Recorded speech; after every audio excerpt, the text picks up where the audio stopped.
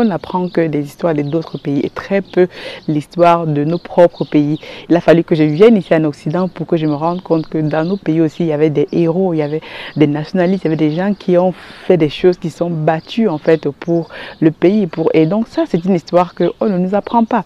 Et c'est parce que voilà, notre école n'est pas financée par nous-mêmes. Donc si l'on laisse en fait l'éducation de nos enfants à d'autres personnes, on va se retrouver avec des aberrations comme on a maintenant parce qu'on ne sait pas vraiment notre histoire, on ne connaît pas vraiment d'où on vient. Quelqu'un disait, voilà, si tu ne sais pas d'où tu viens, tu ne peux pas savoir où tu vas. Et c'est réellement sur ce projet-là qu'on est en train de travailler actuellement. Donc, je te présente dans le projet. Donc, le projet, c'est quoi? Donc, on travaille sur...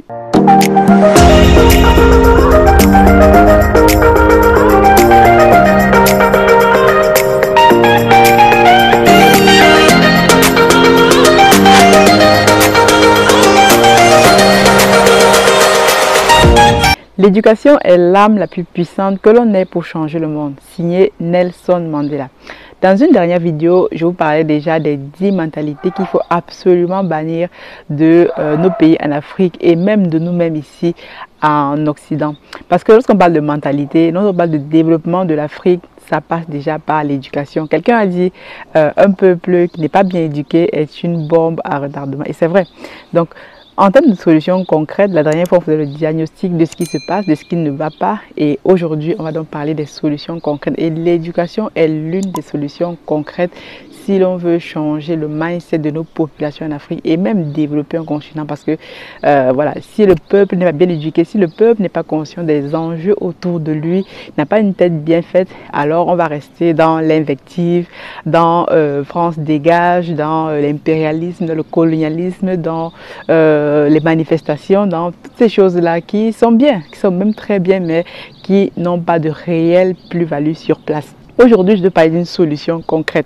J'ai eu l'occasion, il y a quelques jours de cela, d'être interpellée par l'un de mes frères, l'un de mes grands frères. Vraiment, je tire un chapeau ici, voilà, je l'admire vraiment, qui m'a en fait approché pour me dire il est en train de réhabiliter une école, en fait, une école à lui, à sa famille, du côté de Mbalmayo, pour ceux qui connaissent, le collège Noah. Et donc, il a besoin en fait de pouvoir réhabiliter l'école parce que l'école là est restée à peu près 2 ou 3 ans sans fonctionner. Il y a eu quelques soucis et donc là le projet qu'on est en train de mettre en place, qu'il est en train de mettre en place avec plein d'autres Africains de la diaspora, c'est de pouvoir créer une académie où on va former nos enfants différemment. En gros, nous le but c'est de former les futurs leaders de demain. Et donc, quand il m'a dit ça, c'est un projet qui me parle, c'est un projet voilà, que moi j'ai à cœur parce que même dans mes différents projets, hormis le business au pays, c'est aussi l'éducation parce que si on n'investit pas dans l'éducation, par exemple sur cette chaîne-ci, dans la sensibilisation des mentalités, dans le changement de logiciel de nos populations, alors tout ce qu'on fait, c'est ouvrir à l'échec. Et donc, le projet, c'est un projet assez faramineux, un projet d'envergure. Lorsqu'il m'a dit ça, j'ai tellement excité, j'ai dit oui, oui, oui. Donc, on est en train de travailler comme ça sur une académie, donc on l'appelait Académie Internationale Noah. Tu vas voir le logo apparaître ici. Donc, je vais te parler un petit peu de ce projet-là en détail, un petit peu dans les grandes lignes. Et dans les précédentes vidéos, je te présenterai voilà, qu'est-ce qu'on est en train de faire. Si toi-même tu veux y participer, là, on aura besoin vraiment des Africains parce qu'il faut savoir que on doit faire les choses ensemble. Encore plus lorsqu'on parle d'éducation parce que si on n'éduque pas nos enfants, si nous-mêmes on ne prend pas ça en main, et bien on va laisser en fait l'éducation à d'autres personnes. Moi je me rappelle encore, moi j'ai fait mes études et j'ai grandi au Cameroun, donc j'ai fait principalement la section francophone et donc voilà, calqué sur le modèle français. En histoire, qu'est-ce qu'on nous enseigne? On enseigne l'histoire des autres, l'histoire de la Première Guerre mondiale, du général de Gaulle, etc., etc. Donc en fait, on n'apprend que des histoires d'autres pays et très peu l'histoire de nos propres pays. Il a fallu que je vienne ici en Occident pour que je me rende compte que dans nos pays aussi, il y avait des héros, il y avait des nationalistes, il y avait des gens qui ont fait des choses, qui sont battus en fait pour le pays. Et donc ça, c'est une histoire qu'on ne nous apprend pas. Et c'est parce que voilà, notre école n'est pas financée par nous-mêmes. Donc, si l'on laisse en fait l'éducation de nos enfants à d'autres personnes, on va se retrouver avec des aberrations comme on a maintenant parce qu'on ne sait pas vraiment notre histoire, on ne connaît pas vraiment d'où on vient. quelqu'un disait, voilà, si tu ne sais pas d'où tu viens, tu ne peux pas savoir où tu vas. Et c'est réellement sur ce projet-là qu'on est en train de travailler actuellement. Donc, je te présente dans le projet. Donc, le projet, c'est quoi?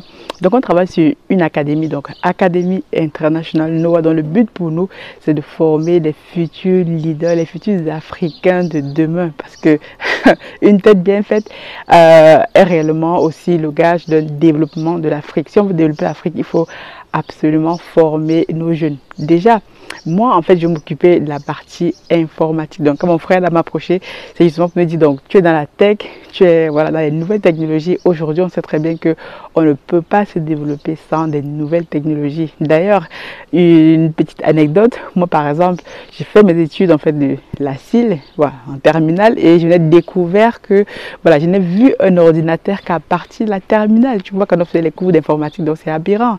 Donc, aujourd'hui, dans le monde où on vit ici, les enfants ne sont pas initiés dès le bas âge à l'outil informatique. C'est mort. Moi, j'ai ma fille ici à la maison, elle sait déjà écrire son nom sur un ordinateur.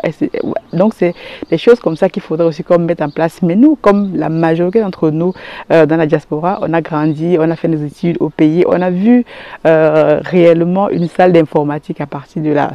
Pour ceux qui ont eu la chance, à partir de la troisième, à partir de la terminale, et même d'autres à partir de l'université.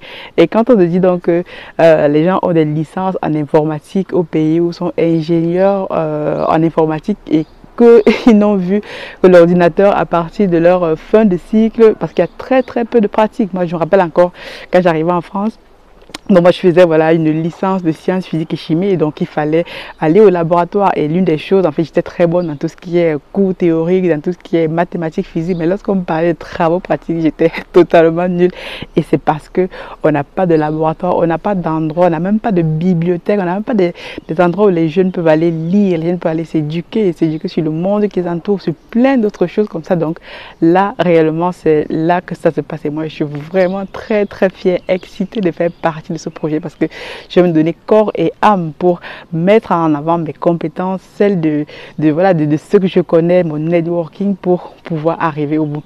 Donc actuellement, donc, on travaille, donc on a des groupes de travaux. En termes d'éducation, ce qu'on veut faire, c'est prendre les enfants de la CIL, de la crèche même, à la terminale et pouvoir comme ça leur donner une éducation à 80% ou même à 60% pratique. Certes, il y aura le cursus voilà, normal que vous connaissez et tout, mais au-delà de ça, on va rajouter une bonne dose de pratique, ce qui nous manque en fait. Donc là, actuellement, on va former les enfants, par exemple, dans des choses comme l'histoire de l'Afrique qui est vraiment quelque chose qui est très oublié aujourd'hui.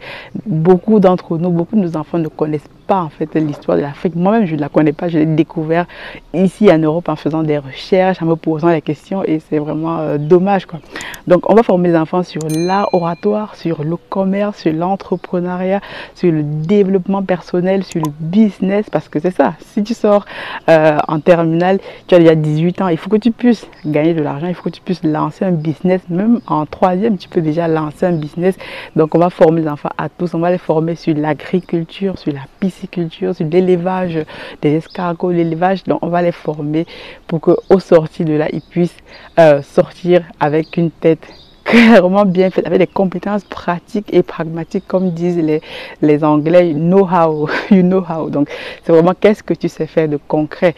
Je pense à contrario de l'éducation anglo-saxonne, nous, l'éducation francophone est plus calquée sur la théorie.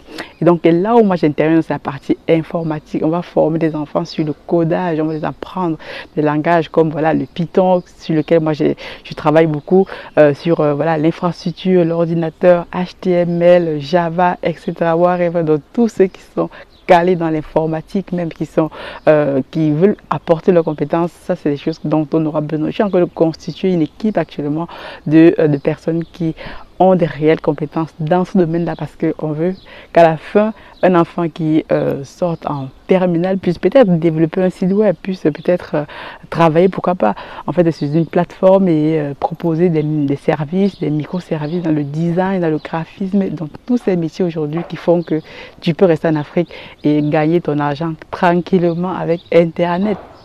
Donc en fait, on aura plein d'autres formations comme ça qui vont mettre des formations vraiment pratiques et pragmatiques qui vont permettre aux enfants de pouvoir mieux se développer. Par exemple, il y a quelqu'un qui va faire former les enfants sur voilà, les cheveux nappies, qui va former les enfants sur la transformation des pierres naturelles, sur l'industrie, donc vraiment plein de choses. Donc actuellement, on est en train de préparer la rentrée 2022 septembre. Il nous reste quelques mois, 2-3 mois pour boucler tout ça, mais au fur et à mesure, on va continuer. C'est vraiment une école, c'est là une académie qui existe déjà en fait. Donc il faut bien comprendre que le projet lui-même existe déjà. Donc c'est une école qu'on va réhabiliter qui est dans les encablures de Mbalmayo, à quelque chose comme 30 minutes de Yaoundé, dans la banlieue de Yaoundé au Cameroun. Et donc les bâtiments existent déjà, on va juste devoir les rénover, les préparer et faire maximum de communication pour que voilà, les parents autour, les gens autour puissent savoir que l'école a repris et que actuellement c'est une nouvelle éducation que les enfants vont avoir et qui est pilotée par les enfants de la diaspora, par les Africains eux-mêmes, parce que si on laisse ça à d'autres personnes, c'est mort quoi. Et donc le projet en fait, il y a aussi la partie financement. Donc pour ceux qui sont intéressés par ce projet là, dans les prochaines vidéos je vais vous détailler en fait comment est-ce que vous pouvez financer même ce projet, parce que voilà, l'argent c'est le nerf de la guerre. On peut pas faire un projet comme ça si on n'a pas des finances. Et donc au lieu juste de le faire financer par des banques européennes, des banques whatever, donc là on est encore plus dans l'impérialisme, parce que vous savez que là c'est la main qui donne qui commande.